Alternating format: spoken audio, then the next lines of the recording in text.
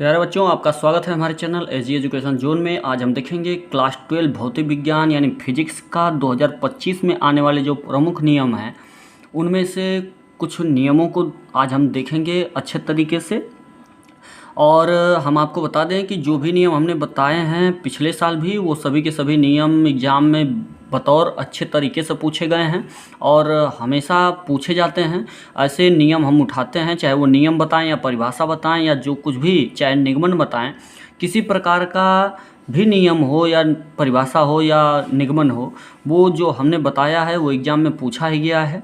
और अब आप देखेंगे प्रमुख नियमों में से कुछ ऐसे नियम जो कि आपके एग्ज़ाम में हमेशा पूछे जाते हैं। तो इसलिए आज पहले नियम को ध्यान में रखते हुए कुछ नियम को देखते हैं। तो पहला नियम इसमें हमने क्या लिया है, कूलाम का नियम, जिसमें आप देख रहे हैं कि कूलाम के नियम में क्या होता है। जैसे कह रहा है कि दो स्थिर बिंदु आवेशों के मध्य कार्यरत बल। कहने का ये अर्थ है कि दो बिंदु हों और दोनों बिंदु पर आवेश हो। जैसे मानिए कि Q1 और Q2 दो आवेश हैं और कोई बिंदु है, उस पर एक बिंदु पर Q1 और एक बिंदु पर Q2 आवेश है। तो दोनों पर लगने वाला कार्यरत बल मतलब काम करने वाला जो बल होगा, Q1 Q2 दोनों के बीच जो बल काम करेगा, भाई आवेश है तो इसमें खिंचाव होगा, या तो खिंचाव होगा या तो यानी आकर्षण होगा या तो प्रतिकर्षण होगा। तो दोनों आवेशों Q1 Q2 के बीच जो बल है, जिसे F से डिनोट करते हैं, जो बल होगा वह Q1 Q2 यानी आवेशों के गुणनफल के अनुक्रमानुपाती, यानी F is directly proportional to Q1 into Q2, यानी Q1 और Q2 दोनों आवेशों का गुणा कर दिया जाए तो दोनों आवेशों के गुणनफल के अनुक्रमानुपाती यानी कि डायरेक्टली प्रोपोर्शनल, और उनके बीच की दूरी यानी Q1 और Q2 जितनी दूरी पर हैं, मान लीजिए R दूरी पर हैं, तो उनकी बीच की दूरी R है, तो R के वर्ग के यानी R का वर्ग मतलब R स्क्वायर के व्युत्क्रमानुपाती यानी उल्टा, यानी व्युत्क्रमानुपाती यानी बाई R स्क्वायर होता है। कौन?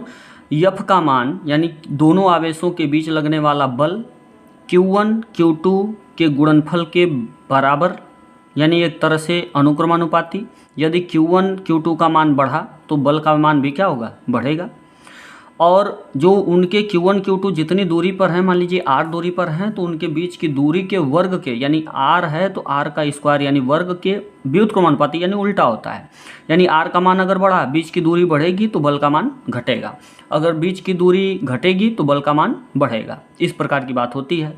अगर यहाँ पे जो नियतांक F जो होता है वो अगर हटाया जाए तो नियतांक का मान जो होता है, नियतांक जो यानी कि एप्सिलॉन का मान अगर ये जो है वो हटाया जाए तो, सॉरी एप्सिलॉन का मान नहीं, प्रोपोर्शनल का मान जो है वो अगर हटाया जाए तो आप जानते हैं कि नियतांक लगता है, और नियतांक मान लीजिए K लगा तो K का मान 1/4 पाई एप्सिलॉन नॉट होगा। तो यहाँ पे आप देख रहे हैं कि F बराबर कितना हो जाएगा, 1/4 pi epsilon not into Q1 Q2 by R square. ये आपका बल का मान हो जाएगा। किस बल का? जो कूलाम का नियम है, जो बल के बारे में बताता है कि दोनों आवेशों के बीच की दूरी अगर R है और दोनों आवेश Q1 और Q2 हैं, तो इसके बीच लगने वाले बल का मान कितना होगा, F बराबर 1/4 pi epsilon not into Q1 Q2 by R square होगा। अब देखेंगे हम अगला नियम, गॉस का नियम, जिसे गॉस का नियम भी कहते हैं। अब देखिए इसमें क्या होता है कि गॉस का नियम ये कहता है कि किसी बंद परिपथ से गुजरने वाला वैद्युत फ्लक्स यानी फाई ई, यानी कोई बंद परिपथ है तो उस बंद परिपथ से गुजरने वाला वैद्युत फ्लक्स का जो मान होगा, यानी कि फाई ई का जो मान होगा, वह उस पृष्ठ, जो बंद पृष्ठ था उस पृष्ठ के बारे में कह रहा है कि उस पृष्ठ द्वारा परिबद्ध कुल आवेश, यानी जो उसमें आवेश है Q का 1/ε0 गुना होता है। यानी Q का अगर 1/ε0 गुना का मतलब गुणा किया जाए Q का 1/ε0 में, तो इसके बराबर होगा किसका मान, फाई ई का मान। यानी आपने क्या देखा, जो विद्युत फ्लक्स का मान होगा वह फाई ई है, जो जिसका मान बराबर होगा किसके, इन दोनों के गुणनफल के, यानी Q इंटू 1/ε0 इंटू क्यू का मतलब 1 में गुणा होगा तो Q/ε0 हो जाएगा, यानी Q/ε0 के बराबर होगा। इसे आप फाई ई को आप ये कह सकते हैं कि close integral E into D भी कह सकते हैं, जिसका मान क्या होता है Q/ε0, जो ये इसका मान हुआ है फाई ई का। तो ये आप देख रहे हैं कि फाई ई क्या है, ये आपका विद्युत फ्लक्स है, ये Q क्या है, वो आवेश है। तो आप देख रहे हैं कि यहाँ पे जो फाई एप्सिलॉन नॉट है वो आपका क्या है, एप्सिलॉन नॉट जो है वह निर्वात मतलब जिस समय हवा न हो या वायु की विद्युतशीलता जो होती है वो चीज़ है यहाँ पे एप्सिलॉन नॉट। तो एप्सिलॉन नॉट का जो मान होगा वो आपका रखा जाएगा ज़रूरत के मुताबिक। तो निर्वात, और निर्वात का मतलब बिना हवा, यानी हवा की अनुपस्थिति, और यहाँ पे वायु की विद्युतशीलता, इसको दर्शाता है। जो भी नियम आपको बता रहे हैं बच्चों, इसको आप ध्यान से एकदम अच्छे तरीके से इसको तैयार कर लीजिएगा। इसमें किसी प्रकार का भी जो लेजीनेस होता है वो मत दिखाइएगा, एकदम तैयार कर लीजिएगा, क्योंकि ये नियम कोई जोक का चीज़ नहीं है, ये नियम बराबर पूछे जाते हैं।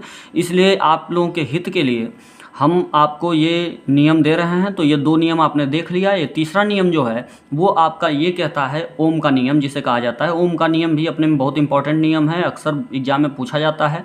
इसमें क्या रहा है कि यदि किसी चालक की भौतिक अवस्था, यानी यहाँ पे ये शब्द इस्तेमाल करें कि यदि किसी चालक की भौतिक अवस्था कहें, या ये कहें कि यदि किसी चालक की ताप और दाब स्थिर हो, यानी किसी चालक की भौतिक अवस्था यानी ताप और दाब क्या हो, स्थिर हो, तो चालक के सिरों के बीच विभवांतर यानी भी का मान जो होगा उसमें उपस्थित धारा यानी कैपिटल I के समानुपाती होता है। यानी जो दोनों सिरे हैं चालक के, उनके बीच की दूरी, यानी ताप और दाब अगर स्थिर कर दिया जाए, उसके बाद चालक के बीच जो विभवांतर काम कर रहा है, चालक के सिरों के बीच विभवांतर भी का मान जो होगा वह इसमें बहने वाली धारा कैपिटल I के समानुपाती यानी डायरेक्टली प्रोपोर्शनल होगा। यानी भी is directly proportional to 1/I।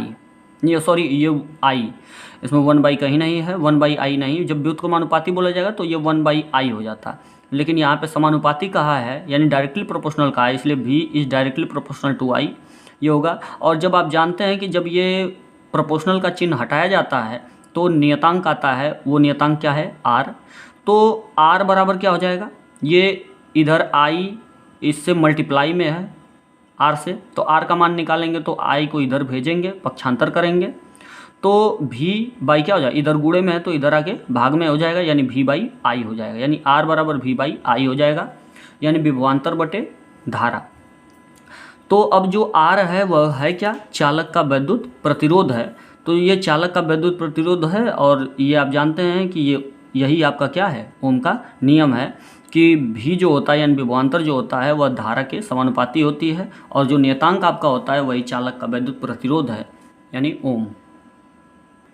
अब चौथा जो नियम है उसको आप ध्यान से देखिए, और 3 नियम आपके हो गए। ये चौथा नियम होगा जो किरचॉफ का नियम है। ये भी महत्वपूर्ण रोल अदा करता है एग्जाम में, यानी जब प्रश्न बनता है, यानी प्रश्न की जब सेटिंग होती है तो जो एग्जामिनर होता है वह ज़्यादा से ज़्यादा इन्हीं नियमों को उठाता है किसी न किसी तरीके से, चाहे वो फार्मूला बेस पे उठाता है या फिर आपको नियम के बेस पे उठाता है या परिभाषा पूछता है, ऐसे करके।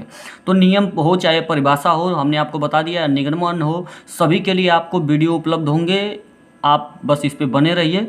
और इसमें अब चलिए अब देखते हैं किरचॉफ का नियम क्या कहता है। तो इसमें किरचॉफ का नियम 2 नियम इसमें शामिल होते हैं किरचॉफ के नियम में, जिसे संधि नियम भी कहते हैं। पहला नियम को संधि नियम भी कहते हैं, या इसे संधि नियम न कहें आप तो धारा नियम भी कह सकते हैं। यानी हो सकता है आपको अगर किरचॉफ का नियम आपको पूछे तो आप संधि नियम या धारा नियम, पहले नियम को आप दोनों में से कोई नाम आप दे सकते हैं, या तो दोनों लिख लीजिएगा। ये जो संधि नियम और धारा नियम होता है यह किसको व्यक्त करता है, आवेश संरक्षण को व्यक्त करता है। तो आपने जाना कि ये जो संधि नियम और धारा नियम है ये किसको व्यक्त करता है, आवेश संरक्षण को व्यक्त करता है। तो ये बात रही आपके छोटे से नॉलेज के बारे में।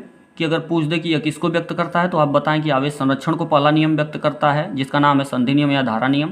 तो इसमें ये नियम कहता क्या है, जो संधि नियम और धारा नियम है ये कहता क्या है, इसमें है क्या। तो ये देखिए कि किसी परिपथ में किसी भी संधि पर मिलने वाले धाराओं का, यानी जो मान लीजिए कोई परिपथ है, विद्युत परिपथ, उसमें जो संधि पर, यानी संधि मतलब कि जहाँ पे धाराएं आके मिलती हैं उसे संधि कहते हैं। तो उस जगह पे यानी उस संधि पर मिलने वाली जितनी भी धाराएं होंगी, चाहे उस संधि से होकर जाने वाली हों या आने वाली हों, दोनों प्रकार की धाराओं का जो बीजगणितीय योग होता है, यानी टोटल यानी परिणामी, वह क्या होता है, शून्य होता है। यानी आप सीधे कह सकते हैं कि जो धाराओं का योगफल होगा, यानी सिग्मा आई का मान कितना होगा, हमेशा 0 ही होगा। जैसे मान लीजिए कि यहाँ पर कोई आपका क्या हो, संधि हो, तो मान लीजिए ये धाराएं आ रही हैं और जा रही हैं। तो सपोज दैट मान लीजिए कि ये धारा आ रही है, ये I1 है, और ये धारा जा रही है, ये I2 है, ये धारा आ रही है, I3 है, ये धारा यहाँ से जा रही है तो I4 है। तो आपको जानना ये है कि यहाँ पे जो चिन्ह होगा वह किसके अकॉर्डिंग होगा और कैसे 0 होगा। तो संधि की ओर आने वाली धारा, तो आने वाली कौन कौन सी धारा है, I1 और I3। ये देखिए I है संधि की, ये संधि है आपका, तो संधि की ओर I है, तो इसलिए क्या होगा, इस धारा का मान आपका क्या होगा, धनात्मक। और जो संधि की यहाँ से देखिए गई है, I2 और I4, ये धारा यहाँ से गई है, I नहीं है, तो इसका मान क्या होगा, ऋणात्मक। तो इस तरीके से पूरी धाराओं को अगर जोड़ दिया जाए तो ये इसका मान कितना हो जाएगा, 0 होगा। ये आपको ध्यान में रखना है। अगला जो किरचॉफ का नियम है वह लूप नियम कहा जाता है या वोल्टता नियम कहा जाता है। यह जो लूप नियम या वोल्टता नियम है, यह ऊर्जा संरक्षण को व्यक्त करता है। पहला नियम किसको व्यक्त करता था, आवेश संरक्षण को व्यक्त करता था, और दूसरा नियम किसको व्यक्त करता है, किरचॉफ का ऊर्जा संरक्षण को व्यक्त करता है। यह नियम ये कहता है कि किसी परिपथ में प्रत्येक बंद पास के विभिन्न भागों में बहने वाली धाराओं, यानी जो भी परिपथ है उसमें अगर बंद पास है तो उसमें आपके जितनी भी धारा बहती है तथा संगत प्रतिरोधों के गुणनफलों का बीजगणितीय योग, यानी जितनी भी धाराएं बहती हैं उन सभी धाराओं को और जो उसमें प्रतिरोध होते हैं उन दोनों का गुणनफल, यानी ये दोनों को अगर जोड़ दिया, यानी धारा और प्रतिरोध को अगर जोड़ दिया जाए, जितनी भी धारा बहती है या जितने भी प्रतिरोध लगाए गए हैं उन दोनों को अगर जोड़ यानी कि गुणा कर दिया जाए, तो गुणा कर देने के बाद जो उनका बीजगणितीय योग होता है, यानी कि बीजगणितीय योग का मतलब टोटल यानी योगफल, यानी I और R का मान, चाहे I1 R1 हो प्लस I2 R2 हो या I3 I4 हो, इस प्रकार की कोई भी बात हो, यानी I और R का मान, यानी दोनों का गुणनफल, यानी धारा और प्रतिरोध का गुणनफल, जितने भी धारा और जितने भी प्रतिरोध होंगे उन दोनों का गुणनफल कर दिया जाए, और गुणनफल करने के बाद सबको जोड़ दिया जाए।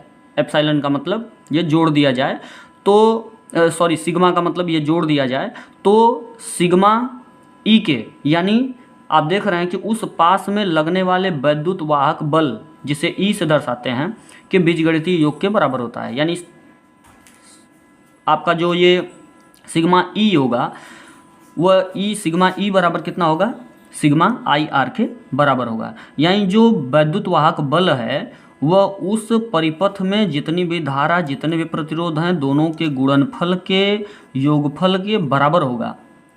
तो ये नियम जो है वह आपने जाना कि किरचॉफ के 2 नियम हैं, संधि नियम या धारा नियम जो आवेश संरक्षण को व्यक्त करते हैं, और दूसरा नियम लूप नियम या वोल्टता नियम जो ऊर्जा संरक्षण को व्यक्त करता है। तो 4 नियम ये महत्वपूर्ण हैं। इन सभी चारों नियमों को आप तैयार कर लीजिएगा। इसके बाद जो महत्वपूर्ण कुछ नियम बचे हुए हैं उसे हम देने का काम करेंगे। अब चैनल में बने रहिएगा, इस चैनल को सब्सक्राइब करें और अपने दोस्तों से शेयर करना न भूलें।